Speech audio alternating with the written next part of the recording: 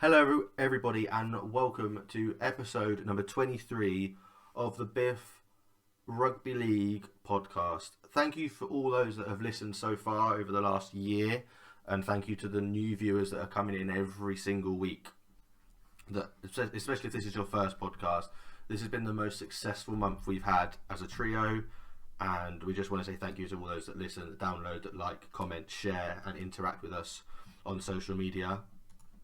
We are growing faster than we thought we would, and there is more news to come in the off season, and you'll hear more about that from us in the following few episodes that we do. Before we get into today's sort of content and everything, Robin, Toby, how have we been? I've been great. I've managed to get myself to a couple of games, or at the very least watch them all on TV, so my head's full of World Cup knowledge. I feel like we're the experts of this right now. John Keir has managed to have his best ever World Cup as Wales coach and still not win a game. So I'm not over the moon.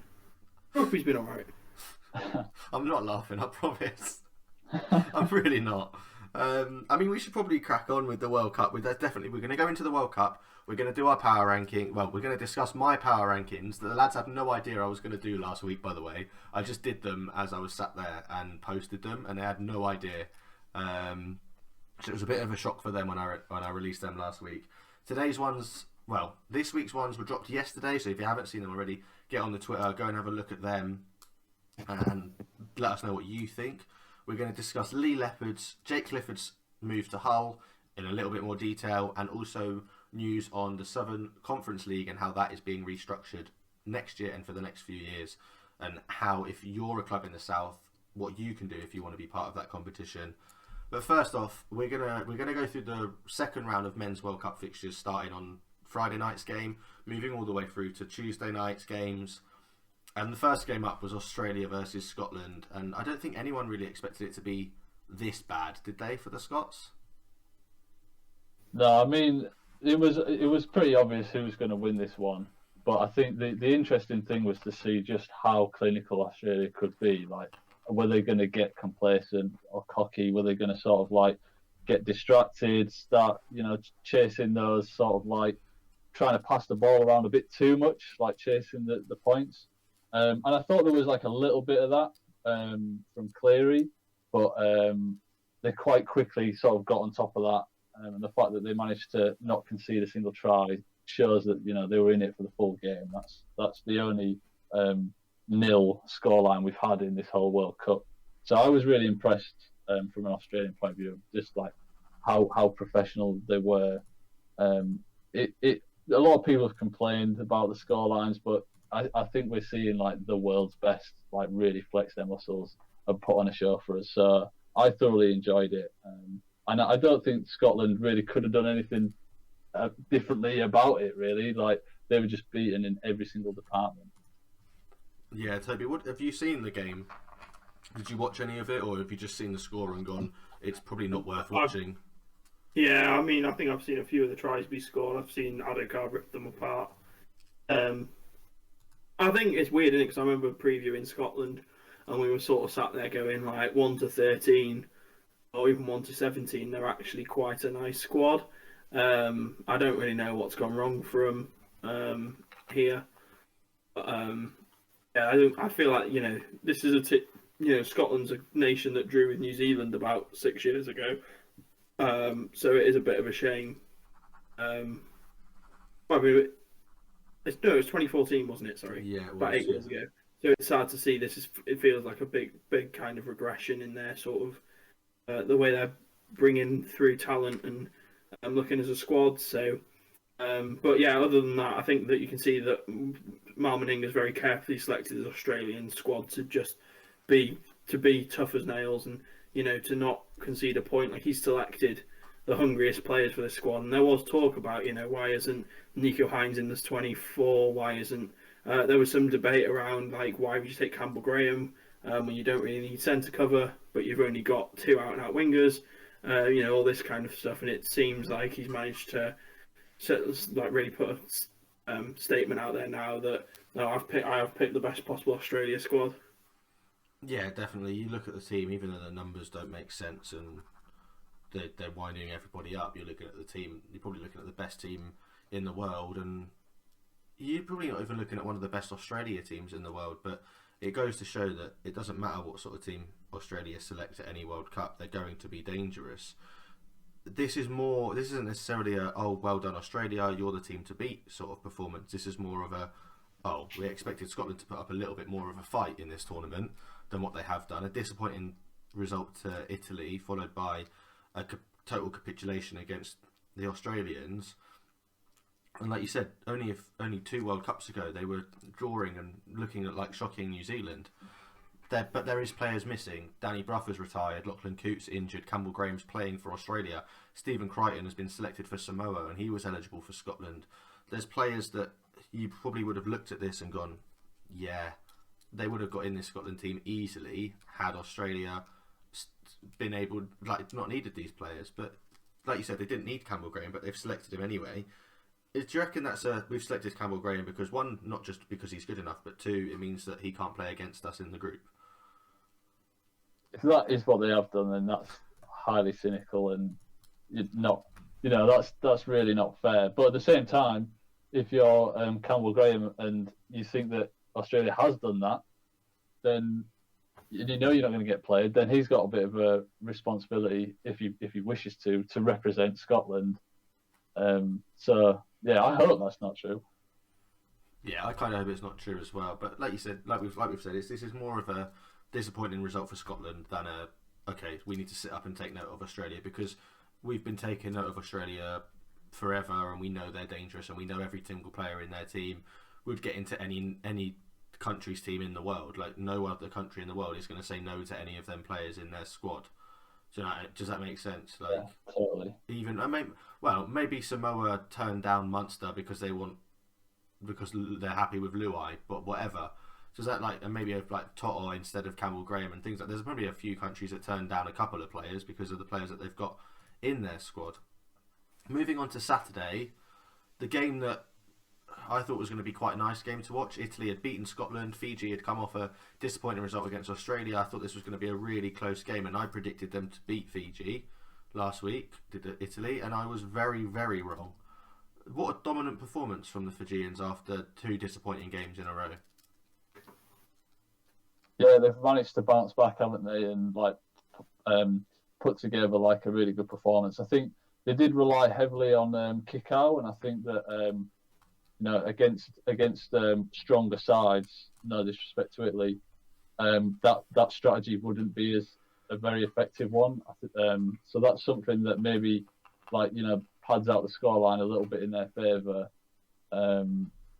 compared to if they were playing a stronger team. But still, they play really well. Like, Coruscant was really strong. I think the Italians just kind of I don't want to say they got lucky against Scotland. Like, they did deserve that win. But I think a lot of the things that a lot of the plays that they ran and tries that they scored were, the bounce of the ball went their way. Like, they just kind of got just luck was on the side that day. Whereas in this game, things just weren't quite going their way. I think they may be a bit frustrated. I think that they thought that they were going to be in it, and so they were a bit shell shocked as well. So yeah, interesting. But I mean, Fiji, I think obviously they had a poor warm up game against England, but I don't think they did too badly against Australia. Like, they are, like we were just saying, Australia are awesome, and they managed to score a try for one. They actually did manage to break the defence. And there was quite a lot of time where Fiji was really stubborn in defence, and they held their line on the line. There was about 6 sets, in the first half of that Fiji game against Australia, where Australia could not break through, and they were stuck on their line. And they would get a set, and they would maybe get out to the halfway line, and then just be back in defence, on, literally on the limit, and they still managed to hold their own. So I still think this Fiji team's good, and a result like this hopefully gives them confidence, and I think that they actually could cause an upset in the next stages of the competition. I do actually think they're a bit of a dark horse. Yeah, Toby, what are your thoughts on this Fiji team? I mean, I've got my opinions, and I think they're definitely going to get to a quarter final, and then obviously depending on who they play in that quarter final, depends on obviously it looks like it's going to be one. I think who it's going to be, or New Zealand, I believe, if they finish second and there's no shock result at the weekend against Ireland for New Zealand. Do they go into the New Zealand game thinking, okay, we can definitely do something here, because the caliber of player that they have in their squad, when you go through it, is not weak, is it? There's Micah Ciro's in there, Nagama's in there, Valame, Wakeham, Coruscant, Kamakamitha, Viniyawa, Kikau, Sims. There's a lot of players in their squad that you look and go, they can, if they came together, they'd be an NRL playoff team, wouldn't they? Yeah, I don't know. It's a difficult one. I think that they've either got players who are like winning, who are like winning premierships, or they've got players who are in the sort of second in the reserve grade, as Australia call it. I think that it's quite like, it's almost ironic how Corbin Sims being convinced to unretire to come into this squad has actually made their pack stronger than it originally was.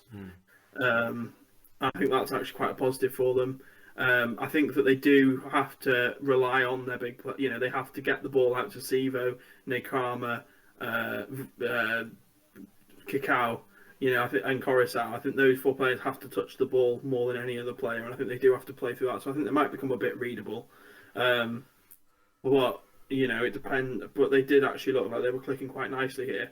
I'll just give a bit of thing to Italy though, because I think that despite the fact he scored 2 tries, I think that Moretti and King and Santi all sort of had good attempts at sort of bringing down Kikau, and did actually do a really good job of defending him. And their fullback Polselli, I'd actually quite like to see him end up either over here or in the top 30 of an NRL squad.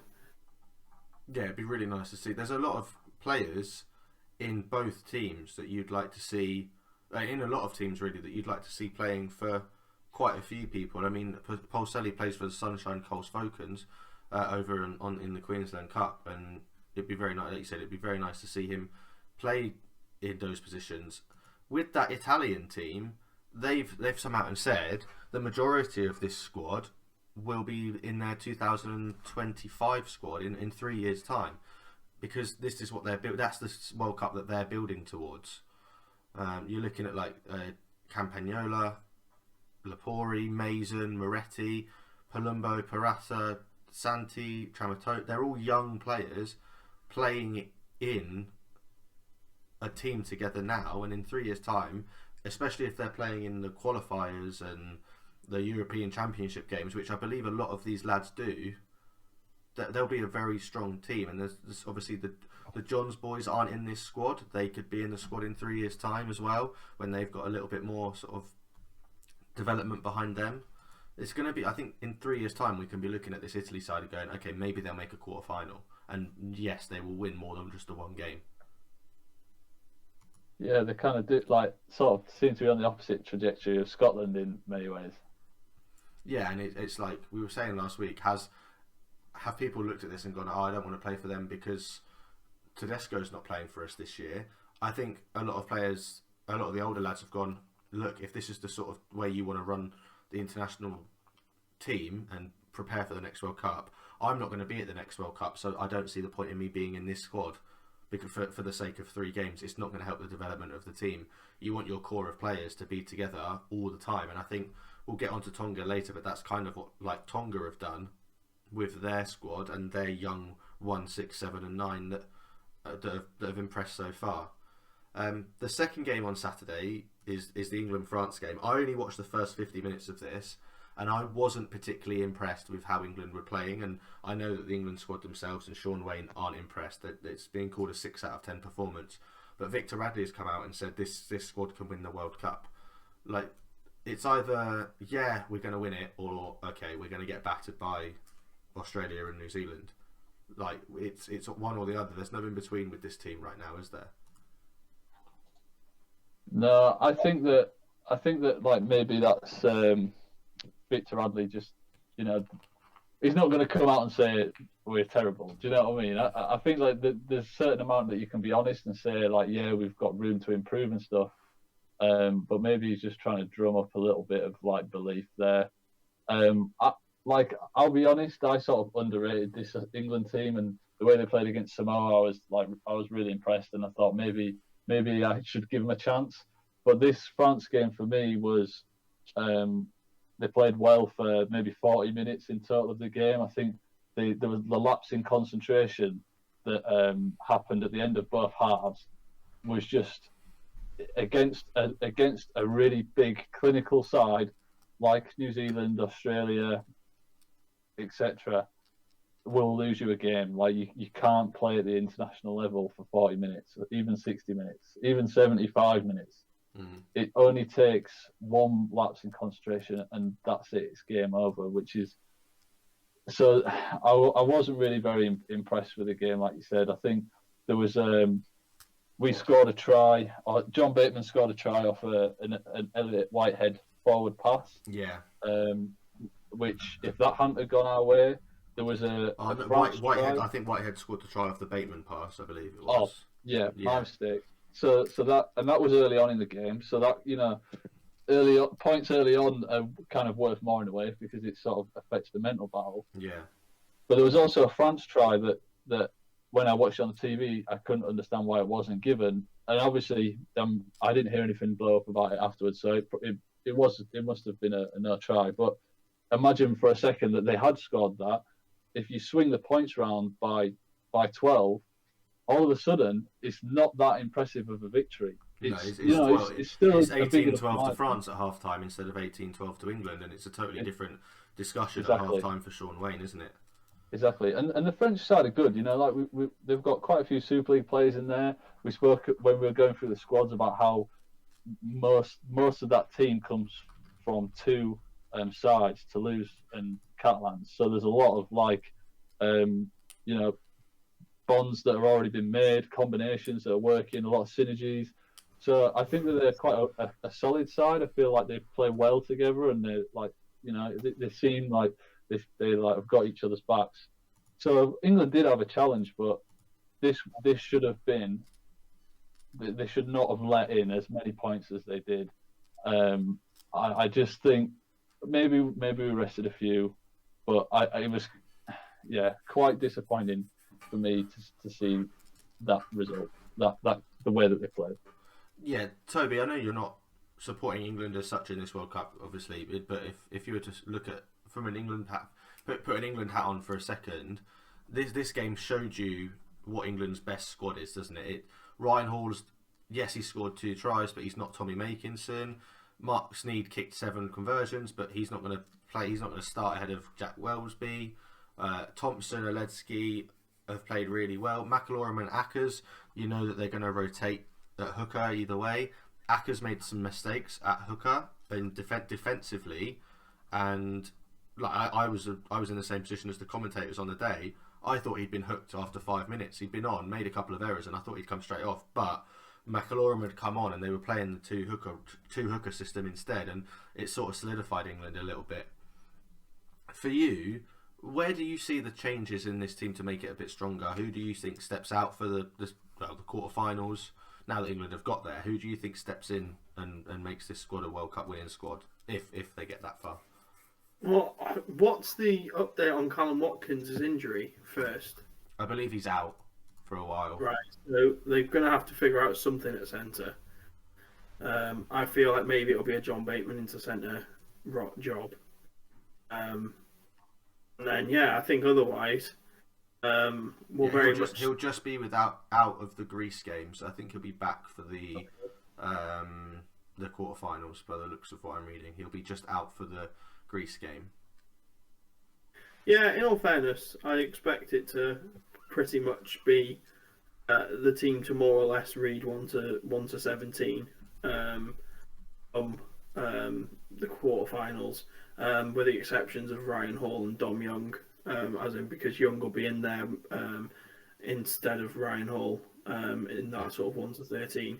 I think other than that, we might see Chris Hill feature, we might see Andy Ackers feature, but I think that you can rule out Mark Sneed and you can rule out Mikkel Edsky. I think that they are actually numbered the way that they intend to line up. I think it's Wellesby's definitely going to start, isn't he? Yeah. No doubt about it. Young and Farnworth definitely going to start. And yeah, I don't think this was actually that poor performance from England. Okay, they had to click into gear in the second half, but I'd expect like the squad France have got, despite the fact that they've been quite poorly coached for many years. France always have a squad which should be able to compete at a quarter-final level, and I think that for them to get 18 points against England is actually kind of how many you'd expect to concede. It's just the nature in which they conceded them. The fact that they let themselves get down into, go into half-time with only a 6-point lead, that I think is the sort of disappointing thing for England, where the game was really in the balance going into the second half, whereas they'd like to maybe be like, have only let them have like 6 points in the first half, or if they were going to, or maybe put like maybe have a 12-point lead over them, I think. So, but yeah, I wouldn't expect too much to change. I think that, in all fairness, Sean Wayne trusts this team to play as well as, to play the same regardless of the personnel in the squad. Yeah, no, I totally agree. There's definitely, I think obviously Kai Pearce-Paul's probably going to get a run out against Greece, and I'm really interested to see which side I think he'll go on the right hand side with Dom Young on the right wing, and then you have Makinson on the left with Farnworth, which will be really nice, interesting to see if he plays that way or if he swaps the centres around. It'd be intriguing to see what he does there. In terms of, I'd like to see Andy Ackers start against Greece this weekend. It would be quite nice to see as well. I don't know if you two would agree with that. Yeah, definitely. I think he has to, doesn't he? Because I think we've talked about before the fact that McIlroy doesn't give you much from dummy half, and there's almost feels like there's going to be a need in the big games to be able to have some a bit of elusiveness at the hooker role, not just the tackling might of McIlroy. So I think that there's going to be somewhat of a need for Ackers to get the full 80 minutes to see if that's a possibility to play down. The other question I'd ask, and this is just me like being in love with Jack Wellesby, but there's this talk of like Joey Manu being quite close to being the next $1 million player in the NRL. I think if Jack Wellesby had a fantastic World Cup, he could be the next $1 million NRL player. It'd be very. I think if he can do it, if he can win England the World Cup, then yes. I think if England don't win the World Cup, I don't think that happens. We've seen players like Tommy Makinson win Golden Boots, be classed as the best winger in the world, and just not necessarily had offers from over there. And even though they are clearly they've been awarded this, I think if Jack Wellesby single-handedly wins England the World Cup with a man of the match performance in every single game he plays, I don't know if that happens. Okay. Yeah, maybe like not straight away, but I could see him making his way over to the NRL at some point in his career. I believe he's got 3 years left on his deal anyway, and he's that feels like the perfect timing, to be honest. Yeah, and I think even Christian Wolff said he would love to take him, but he's got 3 years left on his contract, and he doesn't necessarily want him over there. I mean, he's going to be head coach of the Redcliffe Dolphins in 2 years after this season, because Bennett's only there for 1 year, I believe, and then Wolff is head coach for the second and third year. It's not until 4 seasons time, another 3 full seasons until he's off contract. Saints are either going to offer him a big deal to stay, or he's going to go. I think he'll go and want to play for Christian Wolff, but I think it will depend on where Christian Wolff is and how the Dolphins are getting on if he's still at the Dolphins. But I think he's won everything over here, hasn't he? So already, yeah, as he's 21 years old. It makes sense for him to go and try and crack the NRL. Yeah, it's not going to ruin his career if he has one bad year in the NRL, is it? Like Sam Tompkins is still a fantastic player, and he didn't have a great time in the NRL. Joe Burgess is still scoring tries phenomenally well in this league, and is very much unlucky not to be in the England squad. He didn't have a very good time in the NRL. Luke Thompson's not had the best time in the NRL, but he's still young enough to become one of the best props in the world, isn't he?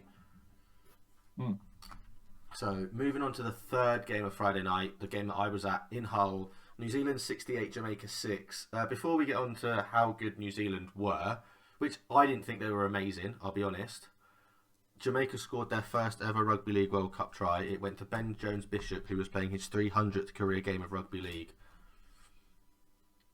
Phenomenal, wasn't it? Awesome. Fantastic for them. That's all I wanted to see. I knew they were going to lose, but that's all I wanted to see. Yeah, and it was like the whole game strategy was, let's just score a try this game. Like Yeah, do you know what I mean? The whole way that they were taking the short kicks and kicking early in the set, and to be fair to them, they stuck it out. Like there was times where it wasn't working.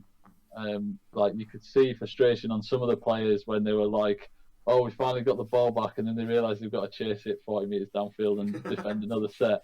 But I think like respect to them, and the fact that they're coached by a Jamaican coach that coaches in the Jamaican league, and they really changed their strategy when they played against Ireland. I was saying last week about how they were using like two fullbacks, and yeah, it's just these little like they know that they're not going to win a game if they play in a standard way. Do you know what I mean? They're trying these different things out and they're sticking to it and they're making it work in their own little weird way.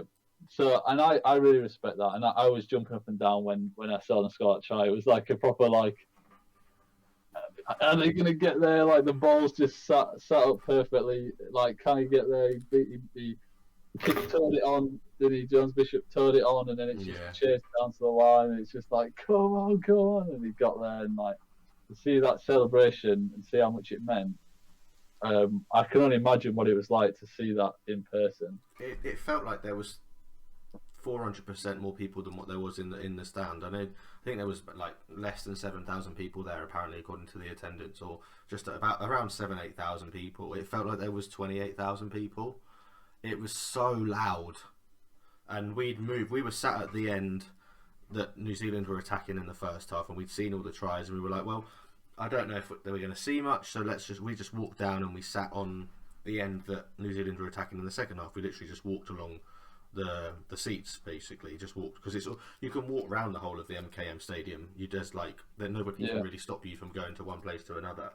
So we just walked round to that side and sat down, and to sit at the wrong end of that stadium and not being able to see that try up close was the most disappointing thing ever. I just want to make a massive shout out to Kieran Rush. He was limping for about 90% of that game.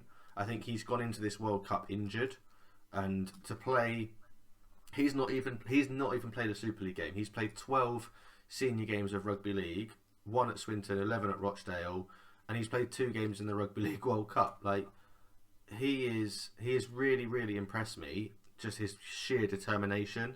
So far, the likes of James Woodburn Hall, Jacob Ogden, Michael Lawrence, Ben Jones Bishop, these lads that you know that are putting in massive efforts. That I think 7 years ago we were talking about Ben Jones Bishop playing for England, weren't we? I think, and for some, it was like he played 2 games for the Knights in 2012.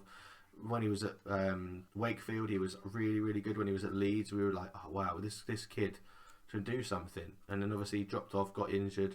34 years of age, finally got himself to a World Cup, which I think is phenomenal for him. And to be the first Jamaican to score as well, I don't think he can ask anything else from them as a country any more than what they're giving us right now. Yeah, Jamaica, I feel like they're the feel-good team of the World Cup.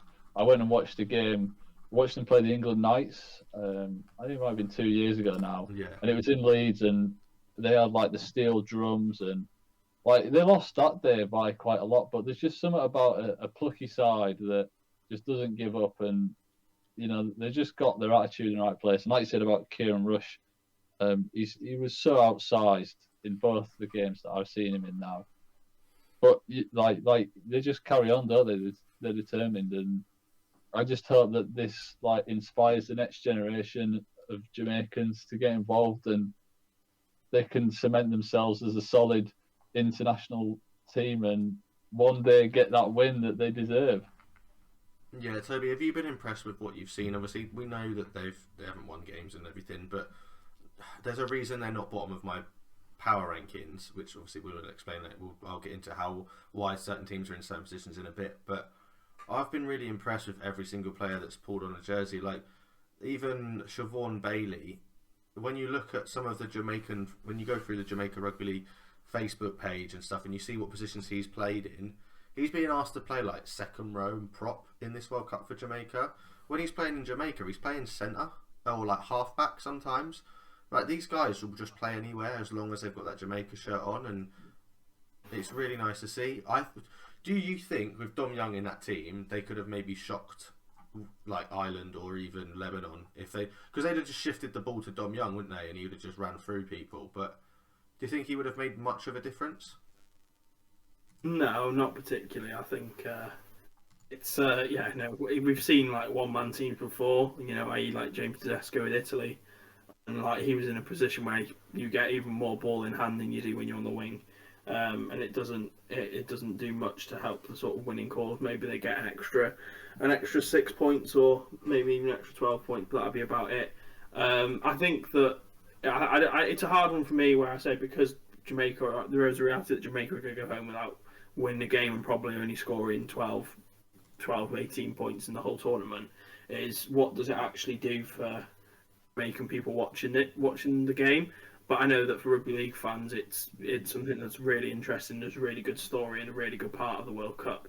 But I'd like to have seen something. I'd like to have seen it be made either a bit more made of like Jamaican culture at the games that they've been at, which is very hard to do in a massive stadium. But also, I don't know. I just think that we are really proud of them, and I think that the fact that we are able to go, well, they've scored their first ever World Cup point is still a good way of promoting the game. So, I don't think they would have done much better with Dom Young, but I think that try is probably really important. It's probably otherwise there would have been no positive to take out of this World Cup other than the fact they got there. Yeah, definitely. I'm glad they've got that score, and you never know. They're playing Lebanon at the weekend, and they've come off a good win against Ireland, who impressed us in round one. Is there maybe another shock on the cards? I'm really looking forward to seeing how that game pans out at the weekend. Really quickly on New Zealand before we have to keep shuffling on through the groups because I'm aware of time and how long we're going to be recording. New Zealand there was a lot of errors. They can't deal with a short kickoff, so anyone watching New Zealand, win the ball back. Like get the short kickoffs going because they're going to have to do a lot of practice on them. I think every kickoff went short, and 90% of them were claimed back by Jamaica. And if they weren't claimed back by Jamaica, New Zealand only got the ball back because of an error made by Jamaica. Like there was knock-ons, but where Woodburn Hall would claim the ball first. I know it wasn't the strongest New Zealand side, but there's things to work on with this team, and they're not as good as Australia right now, but like I said, this was a rotated team. The Australia team we saw was probably the strongest Australia team we're going to see at the World Cup, so it's still really difficult to compare both teams right now, I think. Yeah, and it's difficult with New Zealand not really coming up against a team that's tested them yet, so it's difficult to compare them to Australia when Australia are as fit and healthy as they can be because Fiji wasn't an easy game. New Zealand it's sometimes difficult to stay focused when you're playing against a team that it's so obvious that you are going to win. Yeah, definitely. It's very, very, very, very odd, and that's why, like I said, power rankings, New Zealand is still second. England have dropped down to third just because of the teams that England have played compared to New Zealand, and they're really it's difficult to compare teams exactly. Lebanon Ireland was the first game on Sunday. People went into this. Ireland were the favourites for this. No Adam Dway for Lebanon after his ban that we spoke about last week. Really, really difficult game to call. 2 yellow cards for Ireland, a yellow card for Lebanon. Rajab alongside Moses in the halves was absolutely unbelievable. You look at this team and go, okay, Adam Dway is probably not going to play in the game against Jamaica, because I don't know where he fits into this team. Lebanon looked so much better without him this week. Yeah, I think Mitchell Moses really stood up, didn't he? And he lifted that side. He was the difference. I think Lebanon did well. I think that they sort of had to kind of keep their heads a little bit against Ireland because they were very scrappy and quite ill-disciplined, and it could have quite easily. It almost did a couple of times, but it could have quite easily turned into too much of a distraction and really thrown them off the game. But I think that part of the reason why they stayed in it was Moses' class and just his he recognises that, you know, he's like challenged every single week in the NRL, so he could rise above it and sort of like keep everyone around him focused and like stick to the game plan. So I think that he really was key to that victory. Ireland, on the other hand, I was really disappointed. I picked them to win that game. I think they just, I don't know what it was. I think the props. I can't remember which. But Liam Byrne, Jermaine Jolliffe, and That's it. James Byrne, Burnley yeah. are the three biggest liabilities, and it's the fact they all Yeah. play for Ireland. They're so difficult to control.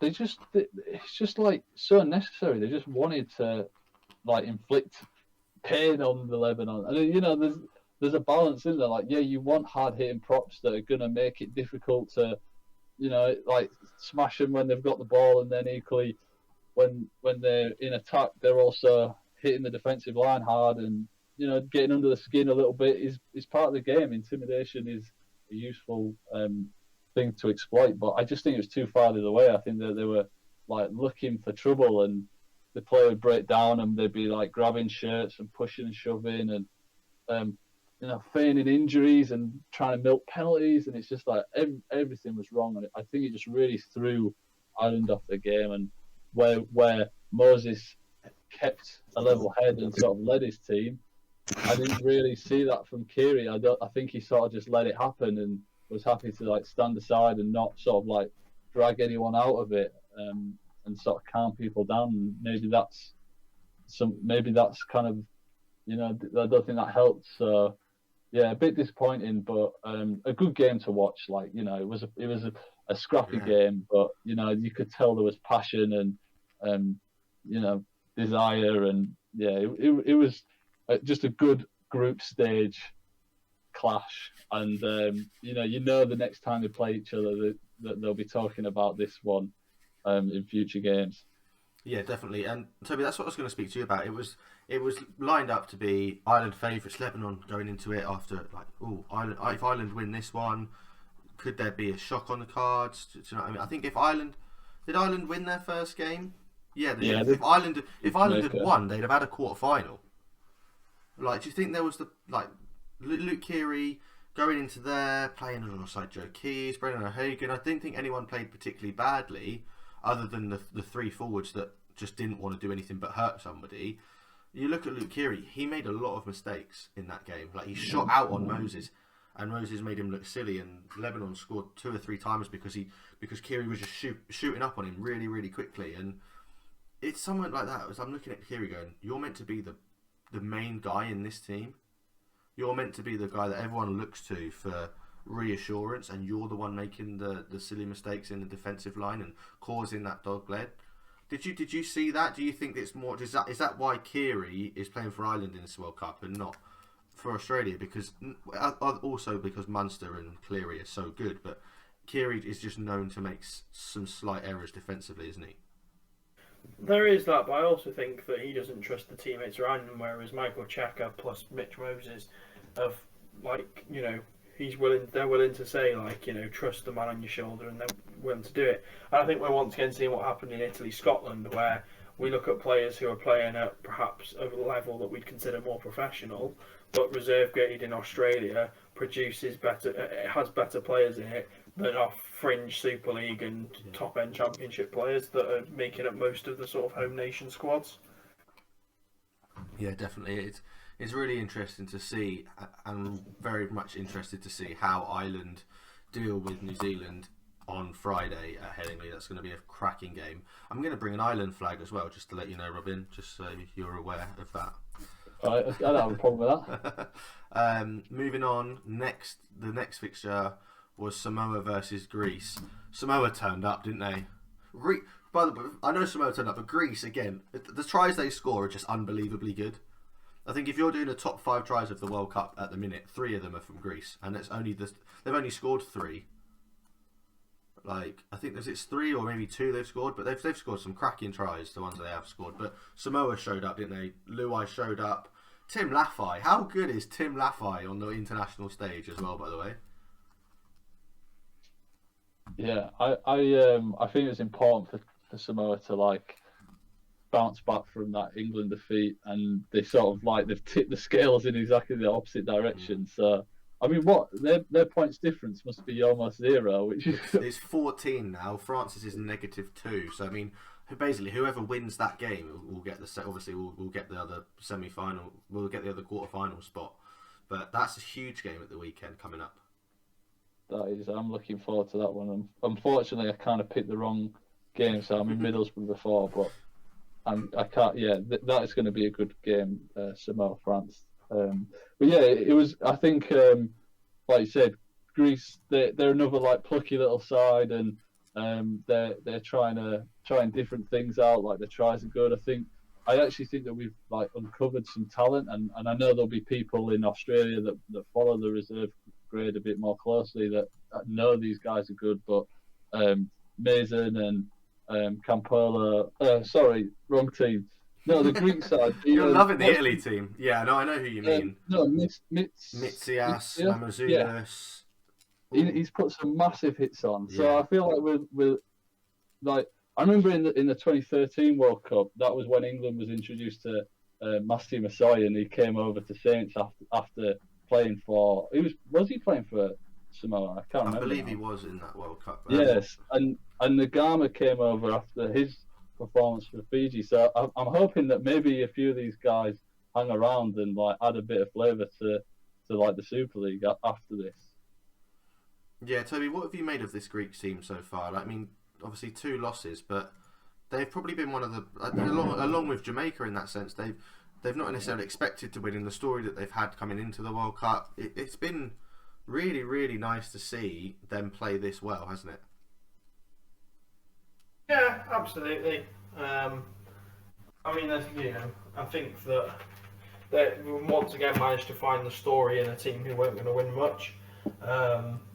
And yeah, I mean, there is some nice pieces to build around. I do always find it interesting that it's like that where you get a nation like Jamaica, which is made up of players in Super League, and then or Championship League One, and you get a team in Greece which is like closer to the UK that's made up of Australians. But yeah, no, it's definitely been nice to have them about, and I'm definitely a fan of the 16-team World Cup over the dross we had before in terms of the format. Yeah, definitely. It's definitely helping the fact that there's more teams in this World Cup. Moving on to Samoa, after week 1, Braden Hamlin-Uele, Tyrone May and Hamiso Tabuai-Fidow were ruled out for the remainder of the tournament due to injury. They've only brought in Ken Seo and Tim Lafai. Seo didn't play the last game, but Tim Lafai came in, scored 2 tries, got plenty of assists. It looks like he's going to be the starting centre for them now. Is that loss of Tabuai-Fidow and Tyrone May, is it going to be big for them? I mean, it didn't work in round 1, did it? So I don't know. I obviously losing out players that are like the part of those key names of like this is the talent that we're taking to World Cup. Losing them is going to hurt them. But the guys I brought in have done a good job. Maybe they needed a shake-up. Maybe that was kind of. Sometimes you see teams when they get like someone gets yellow carded, and the team with 12 will play better. You know what I mean? The whole is great. Kind of like Leeds all year, really, isn't it? Yeah, so that might give them a little bit of steel, a little bit of determination, and maybe it will actually work out in their favour. Difficult to call. Samoa's a really up and down team. I think we saw a good performance from them. I think they're back, but like now what they've got in them, they could just completely implode the second they come up against a tough side, which could be what we watch happen on Sunday. Yeah, they could if they lose to France. I think having France in a quarter-final, going up against whoever finishes second in Group D, I still don't know who it's going to be. It's not going to be Wales, but it'll be anyone else. Just it's going to be. But it could be. It could be. Yeah, no, it could. Can it be Wales? Can Wales officially get through to a quarter-final, or are they out now, Toby? Are they out? Or are you? No, actually, I don't think. Yeah, Tonga have won. Oh no, you can. Yeah, no, you can. Yeah, we'd have to beat Papua New Guinea, and then Cook Islands would probably have to. Cook Islands have to beat Tonga. but you have to beat Papua New Guinea by 22 more points than what Cook Islands win by. So Cook Islands win by 2, you've got to win by 24. Hey, Stranger things have happened. Yeah, strangest things have happened. There is a chance that 3 teams finish on 2 points and the same amount of points difference. What do we do then? That would be mental. Group D has been by far the most interesting group. Every single one of those games has been a joy to watch. It has. I could watch a Four Nations with those 2 teams playing home and away every single year and not get bored. No, not at all. Tonga Wales though. Yeah. Toby would get bored because he'd have to watch Wales lose 3 times. No, I'm not. I'm sorry. I'm laughing and I'm joking, but it's not a bad Wales team, is it? They're not awful. Oh, it's nice, and do you know what? I firmly believe that with a halfback and like 1 Super League caliber forward, so basically with Morgan Knowles and Josh Sim one, and Morgan Knowles in this team, quarter-final bound, I tell you. Do you know, it feels that way. Like Elliot Keir and Reece Williams have got a really nice partnership on one edge. The other edge, like Kyle Evans, seems like he's actually unbelievable. Yeah. Because I feel like there's just a bit of a weakness in the forwards. We're just not strong enough forward pack, and yeah, it's just like and then the halves, the creativity coming out of them is just woeful at times. They like to hold on to the ball a bit too much, I think, don't they? Yeah, and then like the kicks and stuff they put in just are never creative. And we had this like thing about like, oh, we're going to try and grind out a win. We're just going to keep giving up the ball in like Tonga's 5 metre within their own 5 metres and make them just come all the way back up the pitch at us. And it was a bit like you've got to be ambitious and you've got to go for points. Yeah, definitely. I did feel like a positive in the forwards though. A positive in the forwards, and Robin, you'll be happy to hear this. Bailey Antrobus is a monster. He's going to be playing Super League in 2 years. Whether it's because York have got their grade A, or whether he's signed up for someone else, he's impressed me. I think the second rower, I believe he is. He's really, really impressed me. Yeah, I think he's been good, and there's a couple of York Knights that I've been following, and generally they've been doing pretty well, which is nice. I've been quite excited to start speaking about Wales actually, because I think that they're sort of, like they've played all right. Like I know that the scores haven't gone their way, but they went the full distance against the Cook Islands in the first round, and it was a miracle try at the end that undid them. Like it was heartbreaking. No, that was it. It was they almost scored that try. Yeah. And Gelling put himself in the perfect position and made it look like an accident that the ball hit him on his back. And that, I suppose, in a way, that's the attacking creativity that meant they couldn't get that try in field position. But that was close. And then this game against Tonga, you've got to remember that this Wales team, there's loads of part-timers. They were mostly part-timers. And Tonga are world-class. They are playing against literally some of the best players on the planet that have been playing together for a long time, have experienced success together with a coach that's just helped a team get its 4th Super League title. I know he hasn't won all 4, but you know what I'm saying? Yeah. I really like this Wales team. I think the spirit's there. I think if you just sort of like, if you look at it through squinted eyes and sort of like ignore Tupou's like carbon copy tries, and if they're just a little bit more of a attacking threat, that is not a bad result against Tonga. And not at all. So if I was you, Toby, I'd be extremely proud of this Welsh side. I am extremely proud of this Welsh side, and I think that they're just unlucky that they got put in that group, because I think they could have, if they 100%. Were in England's group, they probably, if they caught Samoa in round 1, they'd have won that game. Yeah. Do you know what I mean? Like they could have made it through to a quarter final. They still might, but I think that, it's good for us fans that we've seen such a competitive group. But they were kind of a bit lucky that they did end up in that one. That was their undoing, really. Yeah, I think if they're in any other group, if you swap Ireland and Wales around, I think there you're looking at a quarter final. If you swap Wales and Scotland around, I think you're potentially looking at a quarter final. You swap England with Samoa, if you swap them with France or Samoa, you're getting a quarter final. It's such an even group. There was no other than, like you say, Tonga, who without Tamalolo, without Havili, and without Hopoate, who haven't played a game yet in this World Cup. They are one of the strongest teams in the tournament, and they're rotating players: Tessie New, Penasini, Katoa, Suli, Amon, Hurrell, and Murdoch Masila and Ola Kawatu. They've only played one game. They're rotating their squad a bit. They've got players still to come into the quarterfinals. This is a really, really difficult quarterfinal for whoever finishes second in England's group. I think you're going to be looking at Tonga versus Samoa in one quarterfinal, England versus PNG or the Cook Islands potentially in another quarterfinal. So, it's going to be a tough. I don't know if even Tonga will get to the semi-final. I think you're looking at England, Samoa, and it's tough. I would not want to be Christian Wolf with this squad thinking about who to drop and who to play and whatever, because it doesn't matter what 1 to 17 they pick. It's going to be the strongest team against most of these teams in the World Cup. The last game of the round was last night. It's obviously Wednesday on the day of recording, but Papua New Guinea 32, Cook Islands 16. Can we talk about Kyle Labour for a second? He's awesome. He's so good.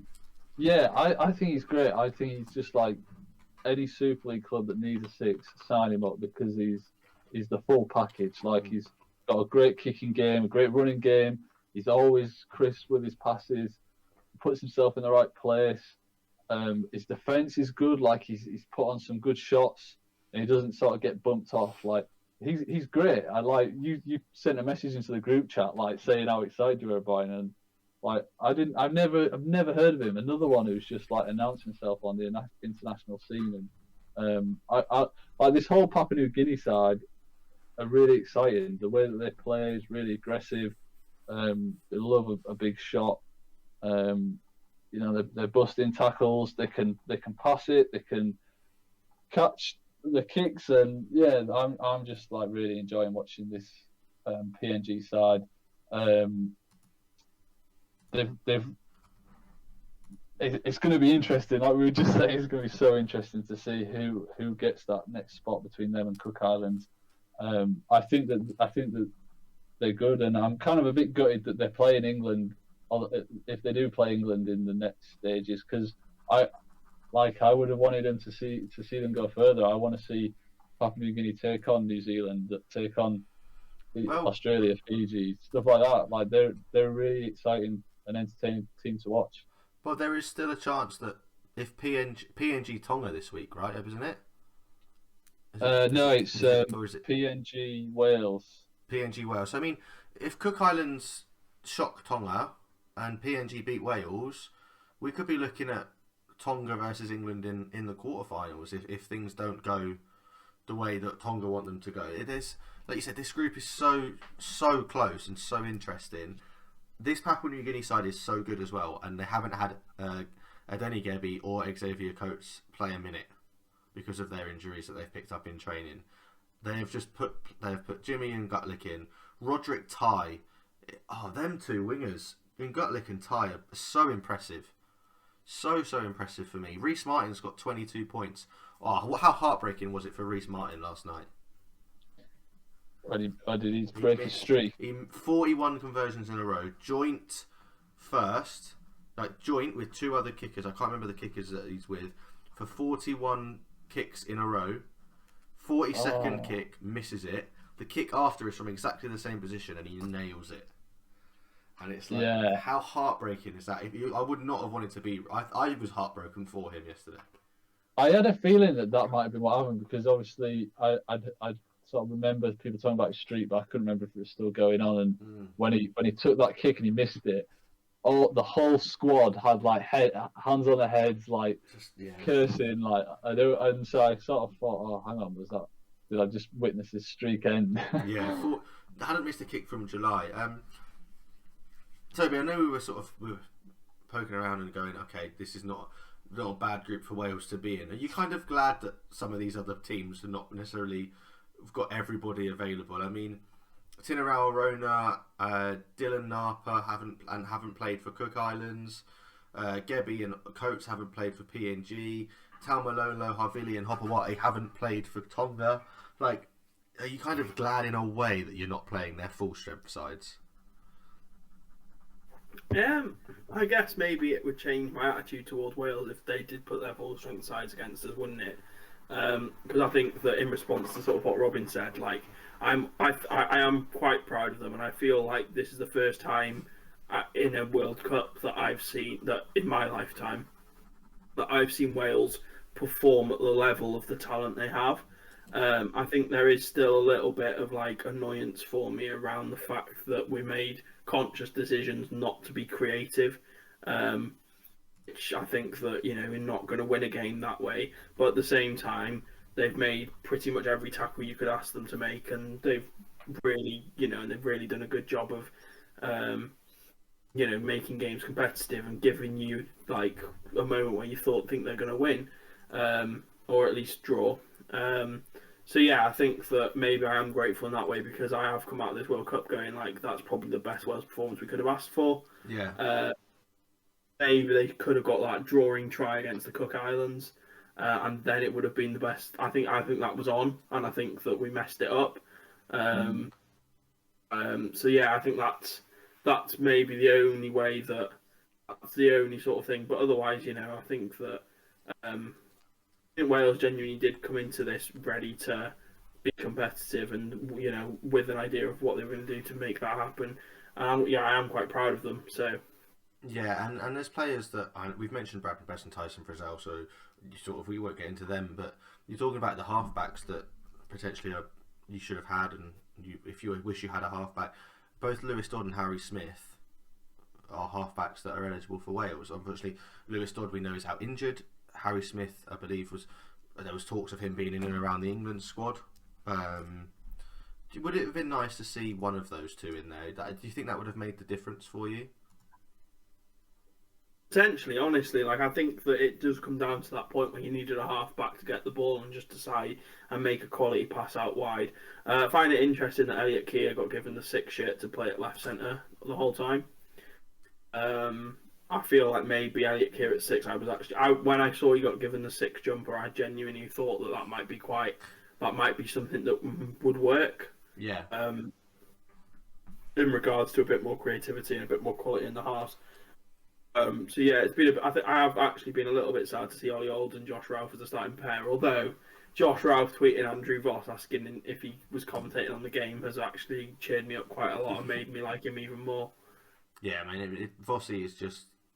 I listened to him on the 4020 live, and I'm shamelessly plugging other podcasts here, and I shouldn't. But he said that he is the only commentator from Fox Sports to be over here in the UK for this World Cup. So that's crazy, isn't it?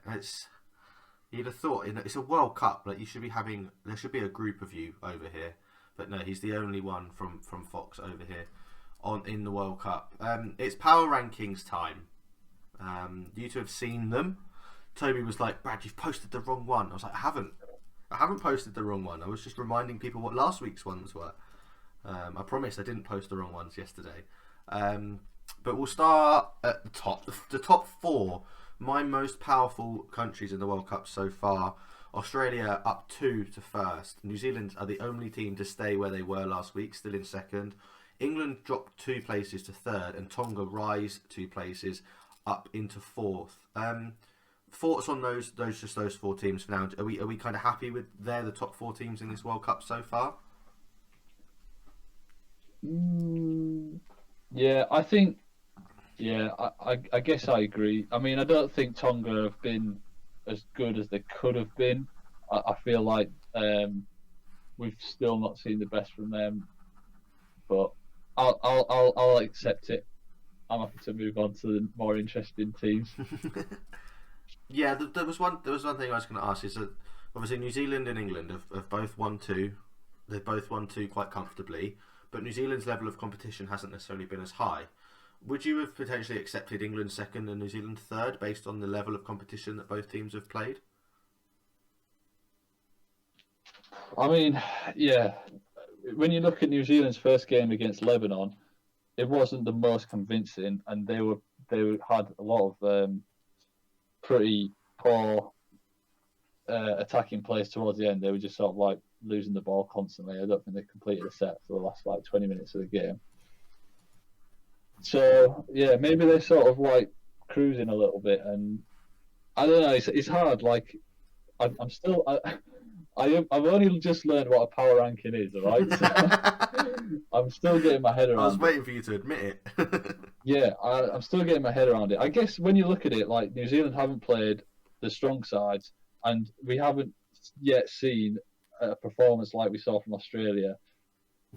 Whereas I would argue Papua New Guinea have been really good to watch, made not that many mistakes. They've been competitive for the full game, and I think they're playing their best. So, like, PNG's a side that I would bump up. I think Lebanon, I think that the way they played against Ireland in a scrappy game was really impressive. The fact that the final score against New Zealand was 34-12, I think that's a respectable score. And I know that they had a bit of issues getting sent off and stuff, but I think Lebanon have done really well. At Fiji, I think they've done really well in their game against Australia, and then again they've backed it up with a complete performance against Italy. So I'd be tempted, there are three teams that I think could be, maybe I would maybe put them: Australia, PNG, Fiji, Lebanon, then England. Interesting. Then, yeah, that's maybe how I would look at it. That's very interesting. You say those three teams, PNG, Lebanon, Fiji, they're 5, 6, 7. Samoa take a big jump up 6 from 14th up to 8th. Toby, are you surprised to see the teams? Obviously, there's only 2 rounds, so it changes quite a bit. Power rankings are usually done throughout the whole season, and they're based on particularly that week's performance compared to how they were like the last week and everything else. PNG up 4 up to 5th, Lebanon 6th, Fiji 7th, Samoa 8th. The fact that you've got 2 teams in Group D, 4th and 5th, and then the Cook Islands are 9th, it shows that Group D is so tight in that sort of we're not sure who's going to take the next step up. Big drops for Italy and Ireland, we'll go to on later on, but we're quite happy to see these teams jump up, and it does go to show that it's not just the big 3 that are piling pressure on other nations, isn't it? Yeah, I mean, I'm pretty happy with it. I think it's sort of starting to read how we knew it was going to read, type of thing. But yeah, I think that there is genuinely something to be said for. I don't think you could pull when we used to have a 4 nations competition, we put a team in it just to lose every game. Yeah. I feel like now that you genuinely would have to make a 5 or 6 nations. You'd have to go up to 5 or 6 nations to actually guarantee that it was all the world's best teams in it. And I think that is a credit to and that is reflected in these power rankings. Yeah, definitely. And we're going to drop down to 9 to 12. Cook Islands. Toby, are you all right there? Yeah, why? Everything just keeps going. It's like you're lying down in bed, getting all comfy. Oh no, I think it's I think my laptop's lost it's the things which rubber things which stop it from sliding around on a surface. And since it's lost them, it's had some weird thing with the key input where my laptop kind of buzzes around the screen. It's a bit weird. Yeah. Sounds like you're in a latex suit. It does. Yeah, I didn't want to say it just in case. Wow. I mean, we know he's in a relationship now, Robin. So yeah, of course you haven't, Robin. Yeah. Now that Toby's in a relationship, he could be getting up to anything. We don't know what his private life's like. Yeah. We hear less now that he's in a relationship. We'll leave the cameras off. Yeah. With the good job we can't see each other anymore. You notice that I was very pro doing audio only and getting rid of the video. I like this new system that we do. It's quite nice. Like I said, Cook Islands only dropped down 2 places, but that's because their loss last night to PNG was really Lebanon would have been 5th, Fiji 6th, Samoa 8th. Cook Islands would have been 8th if they'd have won last night. they would have dropped just because the performances of Lebanon and Fiji and Samoa were so good, whereas the Cook Islands necessarily, even though they've been impressive, they've played teams really similar to them, and they've not necessarily taken a big jump up or a big jump down, so they wouldn't really have moved so much. Italy dropped 6, Ireland dropped 6, both suffering losses that we probably weren't expecting like that. If they'd have lost a little bit, maybe they would only have dropped 1 or 2 places, and Fiji and Lebanon maybe have only come up as not as many as well. But big losses when they shouldn't have. France dropped 4 once again, only because PNG, Lebanon, Fiji, and Samoa just played so well in the second round of fixtures. Wales dropped from 10th to 13th because they've lost again. But like I said, out of all the teams that have lost both their games, they're the best one out of the 4. So that's why they're 13th.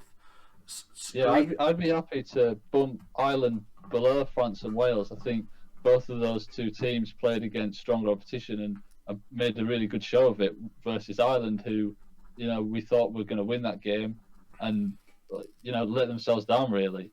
Yeah, it's really tough because you look at it and go, how did they look at the opposition that they played, but you also think about how they played, and Ireland do offer that little bit more going forward and than what Wales do. And I think if Ireland were to play France, I wouldn't really be able to pick a winner necessarily based off the way they've played so far in this World Cup, and the fact that, and yes, even though the two teams that are next in 14th and 15th have suffered heavy defeats this week in Greece and Jamaica, they're above Scotland because, quite frankly, the team that Scotland has on paper and the results that they've had has been absolutely abysmal, and they're the 16th ranked team in the power rankings. They're not going to shock anybody, whereas Greece and Jamaica, if they played, not to rub it in, but for you, Toby, but I think if Greece or Jamaica played Wales, they'd give them a good game, just in the way they've played. And I think Jamaica, Greece and Wales would all absolutely pile points on Scotland in this World Cup. Jamaica, Greece would actually be such an awesome game to watch. I'd go and watch that. If that was on in London or Leeds or wherever, I mean, I think London would be a great place for that game. There's a massive sort of West Indian Jamaican community down in London. There's a lot of Greece people in London. You play that game at, I don't know, Brentford or something, but like at the Brentford Community Stadium where Broncos play. No, sorry, not there, is it? It's Wimbledon, isn't it? You play that at Wimbledon. I think you get a good few thousand. I think you get a good few thousand people there watching that. That'd be a phenomenal game.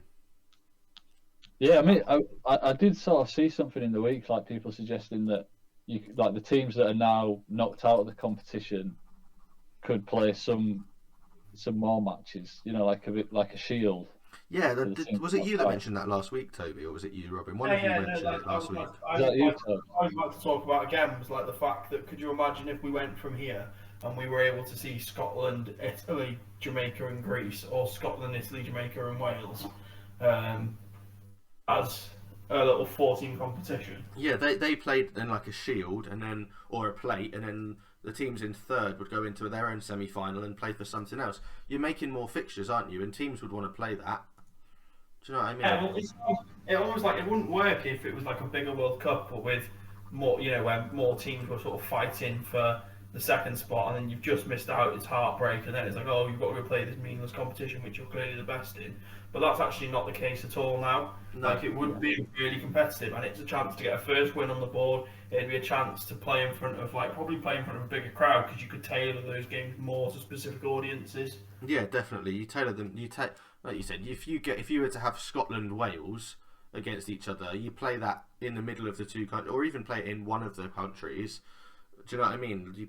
I don't know where you'd play. I know the World Cup's in England, so you probably have to find somewhere in England to play it. But somewhere in between, that's in between like Cardiff and Edinburgh in the north, you're probably going to get quite a few people go and watch that. Maybe, like I said, Greece versus Jamaica in London would be amazing because of the communities that they've got in that area. People would travel down. Currently, teams that are in third: France versus Italy, Lebanon versus Cook Islands. France versus Italy in one of those European nations, people would go and watch because of the countries that they are. And Lebanon versus Cook Islands, the talent that the teams have got in those teams, the talent of the players in those teams would be amazing. There would be like semi-finals in playoff competitions for the World Cup, and whoever then would win, say whoever won the plate say there was a plate and a bowl, whoever won those two trophies would then maybe get automatic place in the next World Cup. So there's less playoff places, so to speak, but teams earn the right then. They're not, just because they've lost in their group doesn't mean they can't necessarily make the next World Cup. They've still got something to play for, doesn't it? Does that make sense?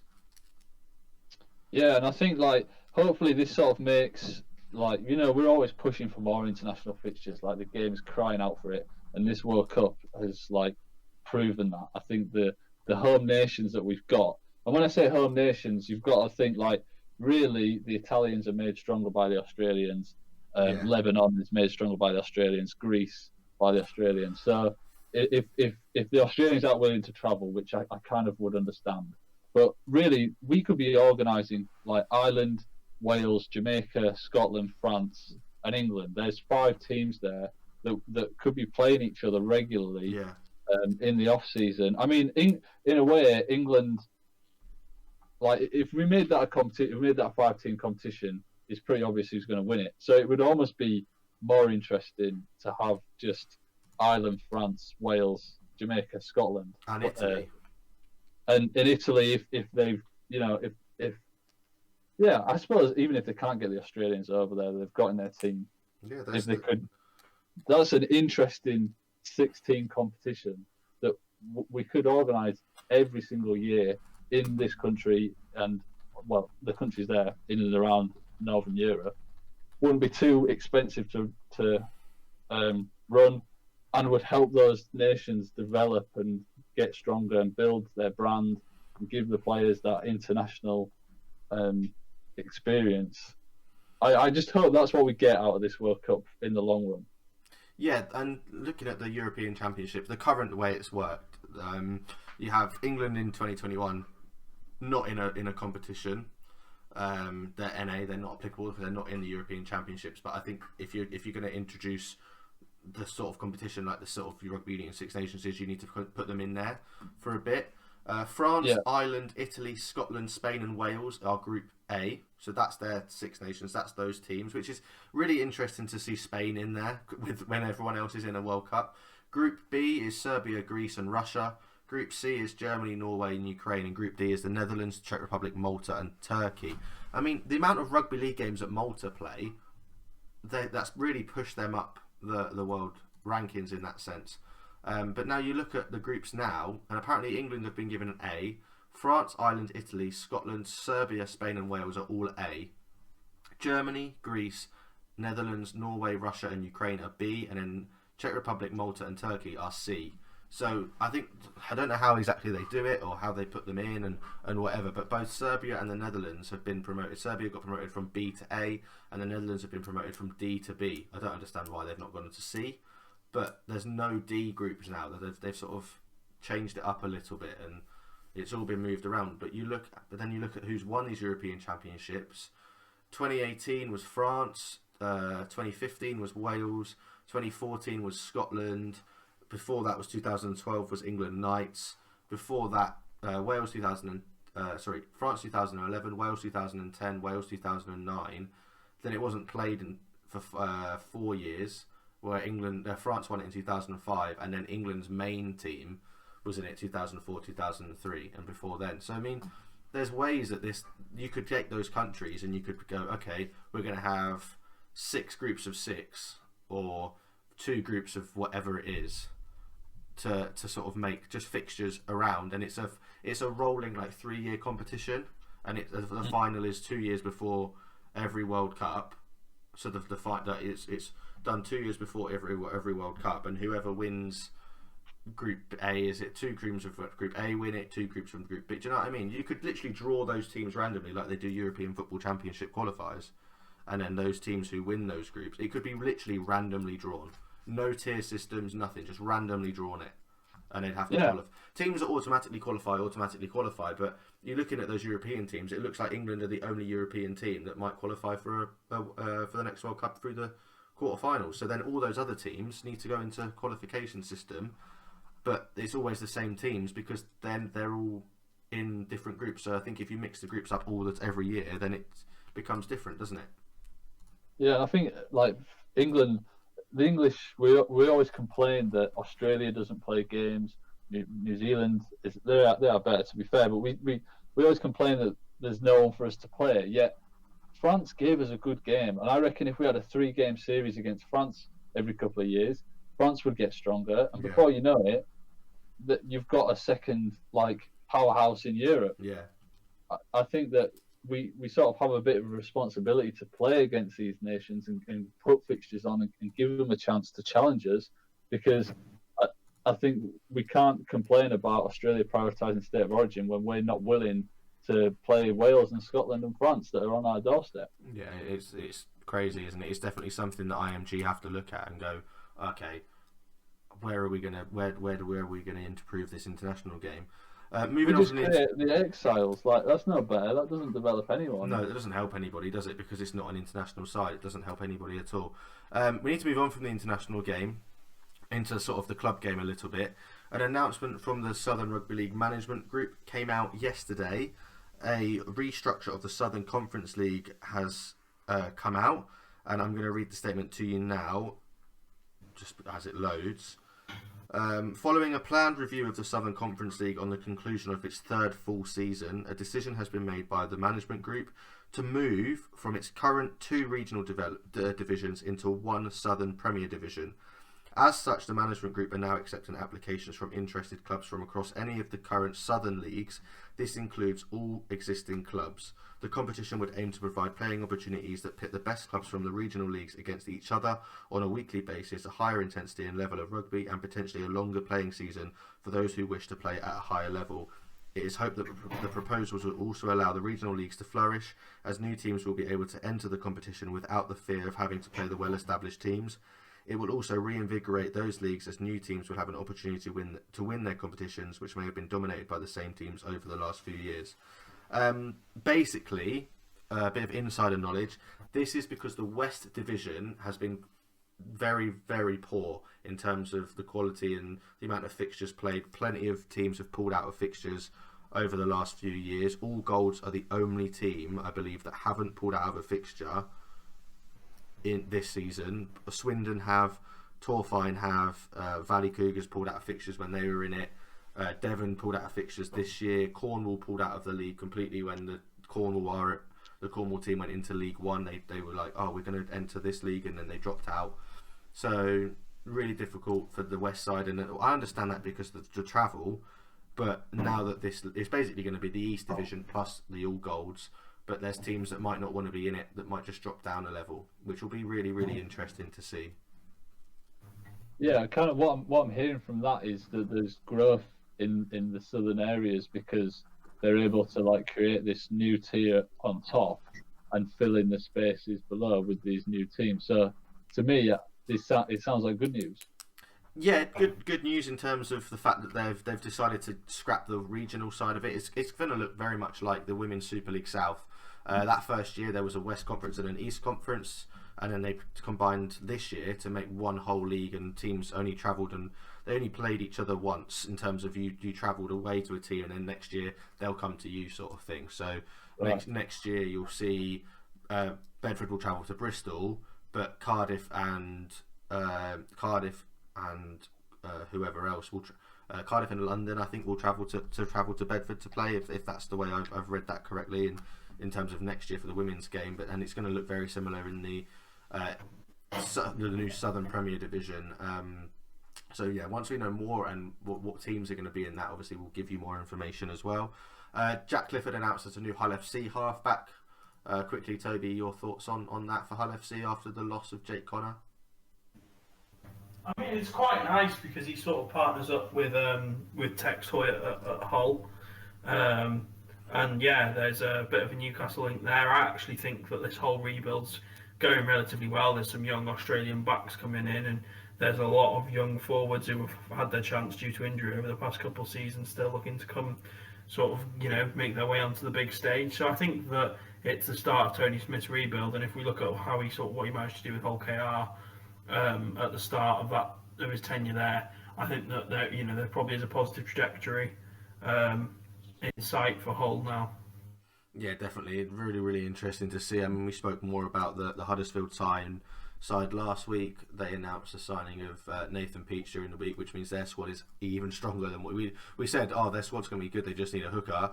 3 days later, Nathan Peach gets announced. So I think that Huddersfield team is going to be really, really interesting going forward as well. Last but not least, we're going to end on a really positive, funny note before we get into our 7 tackle set. Toby, give me a badge rating for the Leigh Leopards. It depends if you want it with or without context. Oh, I just want you to absolutely annihilate them because it's an absolute pile of crap. Well, it's the fact, right? They've taken a perfectly good Centurions, and then they've chosen a leopard, but it's a snow leopard, but it's actually a jaguar. And it doesn't end there. They've put a leopard/jaguar's arse on the back of their kit. They haven't just like stuck to like the thing of the leopard. Their training kits are all leopard print. Like, it's just the most like Primark fashion brand rethinking of your club I've ever seen. It's horrific, isn't it? It's I awful. think the thing most sad about it was Centurions is a bloody solid name. Yeah, I know. And now the only Centurions we've got, I believe, in the UK game is St Albans. And I know they're a well-established team in the south, but come on, someone's got to fly that flag. I just want to read the slides and explain why it's been done to you both, in case you haven't seen this. This is slide number 1. Our story. Leigh were founder members of the Northern Union. In 1895, they entered the competition as Leigh Football Club, but were usually known simply as Leigh. Their biggest successes were in 1921 and 1971 when they lifted the famous Challenge Cup, and in 1906 and 1982 when it won the championship. In 1995, when the sport entered the Super League era to change to summer rugby and raise its profile, attractiveness and commercialness, it reached out to its fans to seek a new name. It came up with the Centurions, the reason being that the club had operated in rugby league for 100 years. But the Centurions spelt the proper way. Our story, Rise of the Centurion by accident. Having requested a logo design, Leigh decided on one of a centurion, a Roman type of gladiator with armour. This was an error, as a centurion is spelt differently to a centurion and being 100 years old, which indeed has nothing to do with Roman gladiator. The club also had a mascot, which was a pig based on its then sponsor, Parkside Skoda, that used Parky Pig in its promotions. Roll forward to 2022 and a review by the Sport after realignment by its global partner IMG. The current board of directors of the club reflected on the brand and a name that didn't represent the logo, which they felt was also dated, coupled with a mascot of a pig that also had no synergy. They unanimously felt it was a great opportunity to rebrand the club. Moreover, given the significant investment, a change in approach to recruitment was made. On 3 previous occasions, the club has suffered the fate of relegation immediately following promotion to Super League. This year, by recruiting a Super League standard team to compete in the Championship and then further recruiting from May onwards to back themselves, it is the firm belief that the club would have a much improved chance of competing in the playoffs of Super League 2023 when promoted. So what next? Strap yourselves in. So then they showed the video and they announced the badge. Leigh Leopards. So why Leopards? There are several reasons that justify this. Far and above the owner's open love of the leopard, love for animal conservation and owning a safari lodge called Leopard Rock. Most clubs in the game utilise an animal in their name, which we obviously all know, as do many clubs in different sports across the globe. We leave behind the Centurion legacy after scoring 100 points in a season, which seems an apt tribute to our former name as we move forward to hopefully break more records and create a new legacy as the Leopards.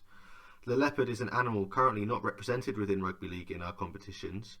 It represents what the club want to be recognised for as, on the field as a rugby team, fast, elusive, agile and intimidating.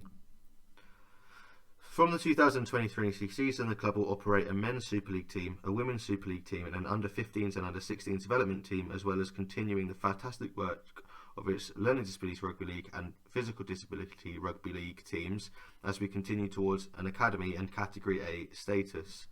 The Leigh Leopards will operate a junior Leopards section which will have its own logo, an area within the website, and a host of junior opportunities. I'm just going to share the logo with you two now, so you can laugh at that. But yeah, that's the reason. There's 20 million. There's just under 50 more slides. The teasers were apparently Derek presenting himself to the crowd in a half leopard print hoodie. The Summer Bash kit had a partial leopard face from the new logo, and then there was a red and black leopard print on the side. And then obviously they've got all their leopard print stuff as well. So, they've got a new mascot as well, by the way. The Leigh Leopards have a new mascot who the fans will name. But this is not just your typical furry mascot, but a mascot made by the creators of the mascots for the US show The Masked Singer, with the illuminated eyes and coming at a significant investment from the club. Great. Honestly, the reasons they gave for why they shouldn't be called the Centurions has made me realise that the Centurions was such a good name.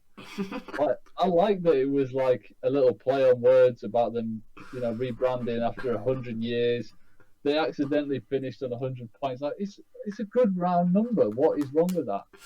I mean, I get the logo probably needed to be updated. It was a little bit, you could tell that it was from 1995, but I just don't think that because you like leopards is a good enough reason to raise the history of a team and just make an absolute mockery. Like, have you seen a lot of the other teams' responses? Like my personal favourite was Barrow Budgies. Why the hell not? If that's Did where you we're see going. the Featherstone one, the flamingos? Yeah, I did. Well, my mate sent me one that said Featherstone Bottlers as well, which did crack me. Yeah, it's a joke. It's so embarrassing, and it's actually a shame because I think that it was a fine brand. Like they'd spent all that time building it, and I just think it's such a fine line, isn't it? You want people who are invested in the sport, club owners come in and spend a lot of their own money, and you don't want to have too much control on them where they feel like this isn't worth it for me, like I can't make the change I want to make. But at the same time, how can he be allowed to just completely demolish everything, every identifiable aspect about this club, and replace it with such garbage? I would be really fuming if I was a Leigh fan. Does the context of that, Toby, make your grade any better than a minus whatever number you were going to give it? No. I mean, look, the context that I had in mind was the fact that it's worse than it actually is because they had such an established brand, and it was actually quite a good brand, like a Centurion's quite a fierce character. But I think that it hurts me more having heard that they had a club named after a mistake, and how it's and that's quite ironic, and it's quite a good way to name your club, and that is really ripping up the history books now. Yeah. You're ripping up the false thing that turned you accidentally into Roman gladiators. That's so cool. Yeah, that's chosen by the fans as well. Yeah, the fans shows that as well, and it's just crazy, isn't it? I feel like they could have updated the Centurion. Don't get me wrong. I feel like they could have had like Wigan did a Warrior update. Yeah, exactly. That felt different, didn't it? It felt new, even from Wigan. It felt okay. They're just modernising themselves a little bit and things like that. I mean, people looked at the Halifax Panthers one and thought that was crap, but Panthers fans are enjoying that. They don't mind it. It was a bit, I don't know why we're doing this at the minute, but we understand it now, and we've grown behind it, and it was better than Blue Sox, so people didn't care because it was better than the Blue Sox, and it gave us a little bit of identity in terms of the way other clubs run as well. But this is the worst I've ever seen. It's even worse than the Liverpool Lizards, which is an amateur club, but that's awful. We're really short on time in terms of where we're getting up to, but so we need to do our 7 tackle set, which would have been our set of 6 before.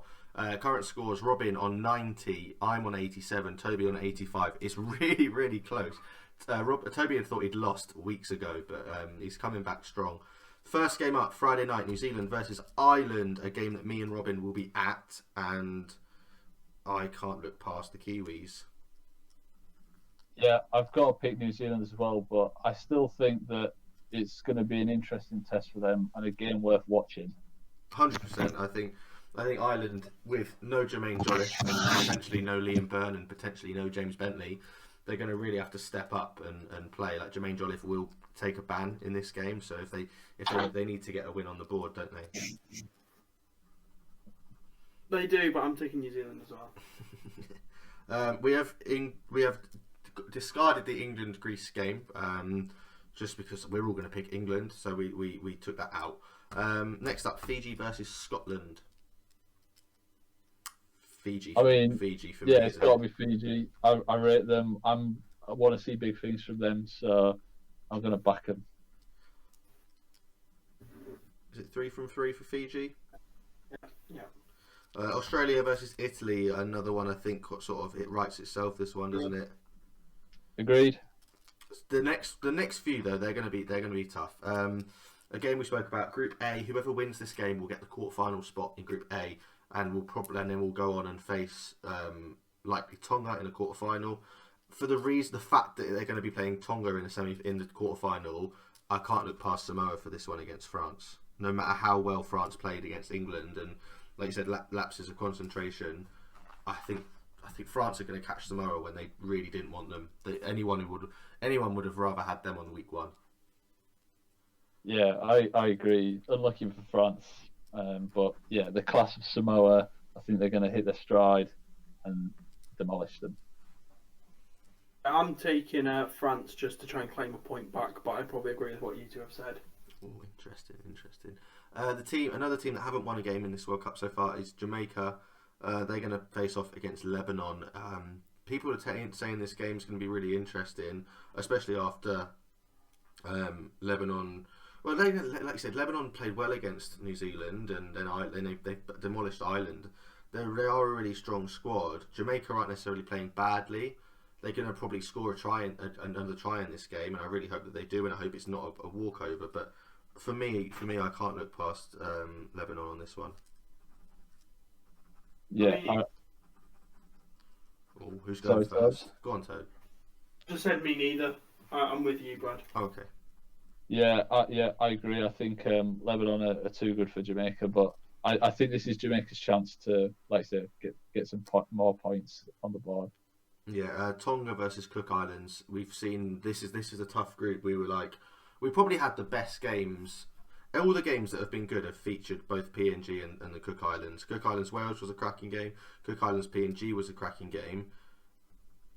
I don't know if Cook Islands can do it again against a Tonga side that has been severely impressive and is nowhere near its strongest. And I think just for that reason, I'm going to have to go with the Tongans. Yeah, when I saw Cook Islands last night, I just thought that they were a little bit predictable, and like you say, Tonga, they've not even got out of third gear, have they? No. And they're still winning. So I think that this is the week where Tonga find a bit of form, realise how good they actually should be playing, and I don't think Cook Islands have got enough to take them on. Totally. Yeah, no, I'm going with Tonga as well. Yeah. And then pick the final game of the third round, PNG versus Wales. Toby, do you want to sort of? I'll let you go first on this one because it's your team.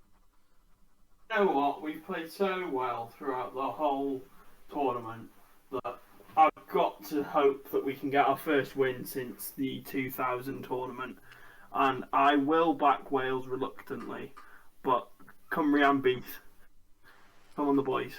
Come on the boys. Yeah. Don't say that out of context, will you, Toby? No, PNG for me. Yeah, I think I wouldn't be surprised to see an upset because I think like Wales have been playing so well and they've kind of go into this one with they've got nothing to lose, whereas PNG have sort of got like 1 foot out of the door a little bit. They think they might have got it, so I could see like a shot result. And I think as well, like PNG have been in two quite bruising games. I know Wales have as well, but I feel like PNG, most of their players are like very high intensity, but not over a long period of time. Like they tend to sort of like, you can see the fatigue creeping in towards the end of the first half and definitely at the end of the game. Whereas Wales, I think they've got a little bit more stamina. They did go the full distance against Cook Islands. You know, they did continue to try their hardest against Tonga. So an interesting game, probably like the most interesting game of the week. But yeah, PNG for me. That was a long way around. I was like, oh, I feel like part of me there thought you were going to go Wales for that one. Yeah, I was just you know, just trying to make a final decision. Yeah. Just so everyone is aware, we know that the Women's Rugby League World Cup and the Wheelchair Rugby League World Cup start next week before Thursday. So you'll hear a bonus podcast before then, featuring just myself and Robin, because Toby is in Snowdonia. It will come out probably Monday evening before the Tuesday games. So catch that. That will be your Women's and Wheelchair Rugby League World Cup bonus specials. You'll hear from Women's World Cup stars on Friday when I attend the launch, and you will also hear more next week from more French players, more New Zealand players, and hopefully more other international players from all three tournaments. Thank you everyone who's listened or watched this episode. Like I said, this has been one of our most successful months that we've had since we started, even when we were doing it live. It's been really, really good, and I'm so glad that you guys listen, you watch, you download, you like, you share, you comment, you subscribe, just everything. We can't help but say thank you really to every single one of you. So once again, we've been the Biff. I've been Bradley. That's been Robin. That's been Toby. In association with Swinging Arms and Shoulder Charges, this has been the Biff Rugby League World Cup accredited podcast. We'll see you all on Monday. Have a good one. Come on, the boys.